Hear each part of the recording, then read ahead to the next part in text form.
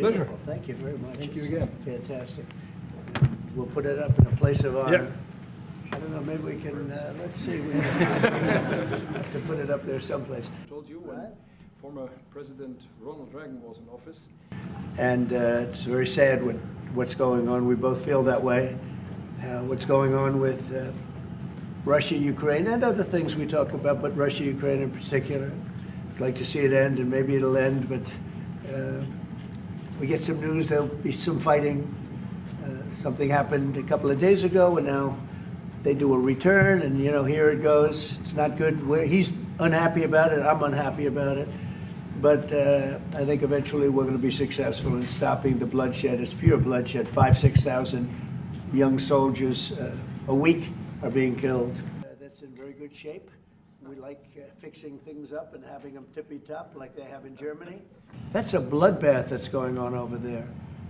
And when I see the moment where I say, well, they're going to just keep fighting. I gave the analogy yesterday when I spoke to President Putin. I had a 2-hour and 15-minute call with him. Sometimes, and this is me speaking maybe in a negative sense, but sometimes you see two young children fighting like crazy. They hate each other and they're fighting in a park. And you try and pull them apart. They don't want to be pulled. Sometimes you're better off letting them fight for a while and then pulling them apart. And I gave that analogy to Putin yesterday. I said, President, maybe you're going to have to keep fighting and suffering a lot because both sides are suffering before you pull them apart, before they're able to be pulled apart. But it's a pretty known analogy. You have two kids, they fight.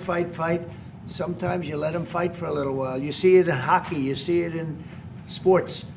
The referees let them go for a couple of seconds, let them go for a little while before you pull them apart. And maybe, and I said it, and maybe that's a negative because we're saying go, but a lot of bad blood. There's some bad blood between the two. I have to deal with it, and the chancellor has to deal with it. It's incredible. The level of, there's a great hatred between those two men, but between the warring parties. Great hatred. Thanks for that. I really enjoyed it. Thank you. It's a wonderful place. It's a landmark also. And, he attacked, and they attacked pretty harshly. They went deep into Russia. And he actually told me, I made it very clear. He said, we have no choice but to attack based on that. And it's probably not going to be pretty. I don't like it. I said, don't do it. You shouldn't do it. You should stop it. But again, there's a lot of hatred. Don't have things under control.